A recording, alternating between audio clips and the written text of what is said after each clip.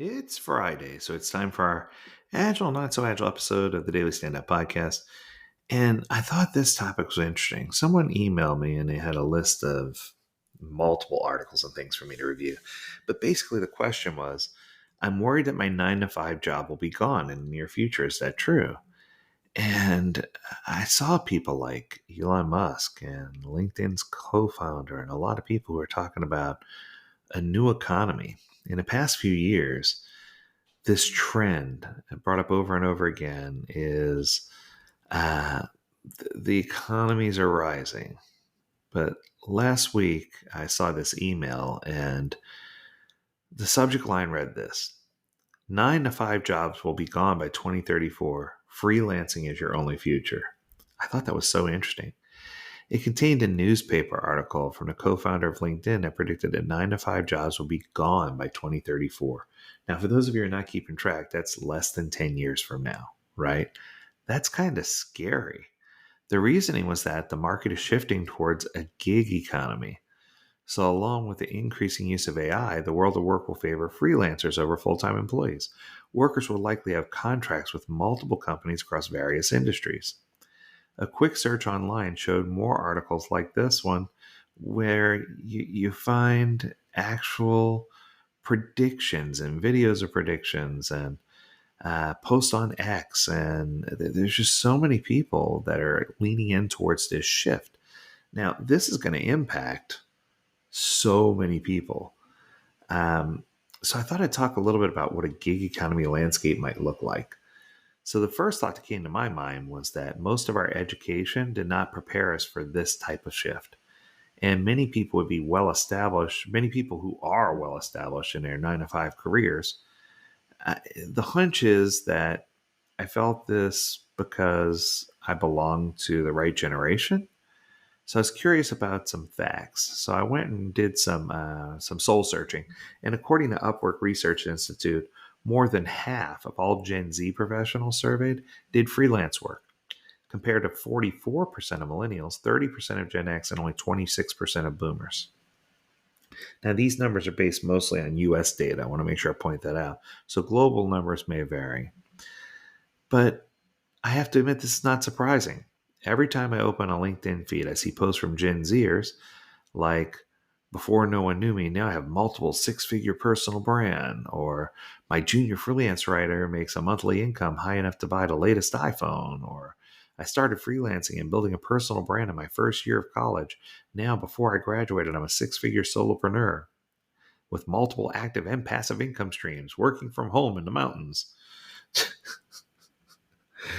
That last one was a bit exaggerated, but I think you get where I'm going with this, right? The point is that I'm seeing Gen Z generation, they've embraced this gig mentality and the creator economy already. They're already doing it. So they're doing well and they shouldn't have much trouble transitioning into it. Many of them have built their personal brands and their businesses of offering personal branding services for others, which I found interesting. But unlike Gen Zers who embraced this change early, millennials or Gen Xers are going to find it harder to adapt to that new reality. So I finished my first undergraduate back in, oh my goodness, 92. So with that being said, I did my postgraduate years later, but during this time, I had no clue. I'd be looking at freelance projects and online application a long time later. I had no idea I'd be owning my own business and doing gigs like I'm doing right now. The truth is, I'm CEO of my company, and the last time I had a full-time job, this is kind of scary, was over 17 years ago. So I've obviously been building a business and doing it successfully.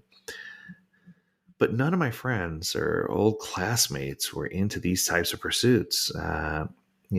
Even the people who are the top of the class are still doing 9 to 5 jobs.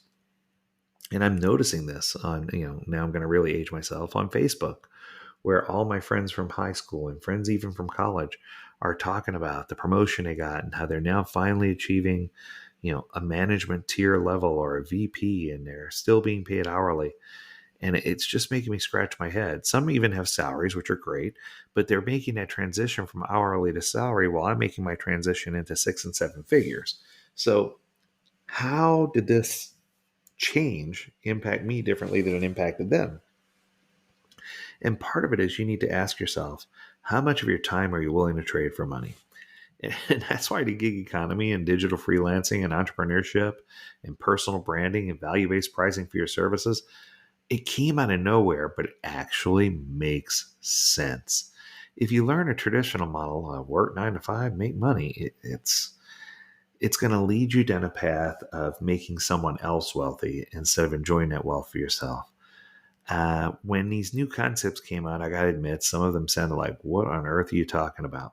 The first time somebody told me, hey, I should go on TikTok and go live there, and that I'd make money from being live on TikTok, that I'd build a community there, and that I'd have people who were interested in my courses, but I'd also build friendships and have community there where people just paid for advice and paid to have a listening ear. I didn't think that was possible, but that personal brand that I've created for myself led me to that opportunity, which I thought was super cool. So it just goes to show you that you can do personal branding and you can get to that opportunity. Um, I remember in business school the teaching about, nothing was ever taught about solopreneur visioning or personal branding.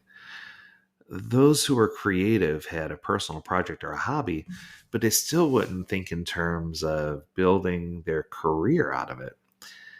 I mean, I was doing things as a hobby, but I hadn't considered what I did as a full time business. I never created it that way or thought of it that way. And now I've created multiple businesses that I can govern. And it's just made me a better person, a stronger person.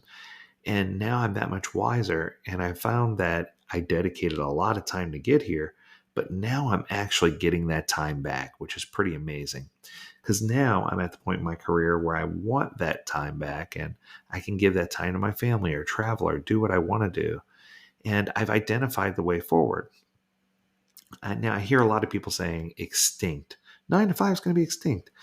That's a little bit of a stretch, but there's no denying that the conventional 9 to 5 job just isn't as coveted as it once was. The preference is shifting to newer avenues like owning your own business, freelancing, solopreneurship, creator economy. Some people still work part-time to supplement or to have insurance, but you're starting to see people find creative avenues to generating additional income and revenue. So there are a few scenarios for anyone that are considering a transition. So let's take scenario one. You like your current job and you're satisfied with the career path you built so far. Well, you can leverage your existing skills and experience to your advantage and explore alternative income streams in addition to your regular one. So, starting a side hustle in content creation or freelancing or creating a personal brand online, these are ways to help you tap into some of those new age opportunities to supplement what you already have going on. In your content, you can talk about things related to why you love your work or interesting anecdotes from your career. Network with people who already freelance, and that can give you new ideas. Who knows? This could even help you land a better opportunity within your company beyond your wildest dreams. So there's lots of upside there. Let me give you another scenario. Scenario two. You've been thinking about a job or career change. Well, you can either go out and learn all the new skills or topics you're interested in with many online education platforms like Coursera, Skillshare, School. It's possible to do that without a huge investment.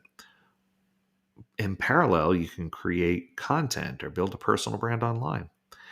If you don't want to talk about your job, you can always talk about your passion, the things that you're experiencing in your life that you love. You can network with like minded people, and with enough persistence, these activities will lead to something new that can be revenue generating. The shift towards this new economy could be your golden ticket to finally getting out of that unfulfilling job or career that you've been stuck in and doing something that you really feel makes a difference. Whatever path you choose, or whichever way the economy is going, let fulfillment and purpose driven work be your guiding light. Ultimately, freelancing, content creation, building a business, or even working a 9 to 5 job, those are all options that you have, but you should follow your curiosity and find your way through. So, if you're going through a transition, let us know about it and let us know what your thoughts are on this. What I can tell you is for me, Ditching the 9 to 5 was one of the best decisions I could have ever made.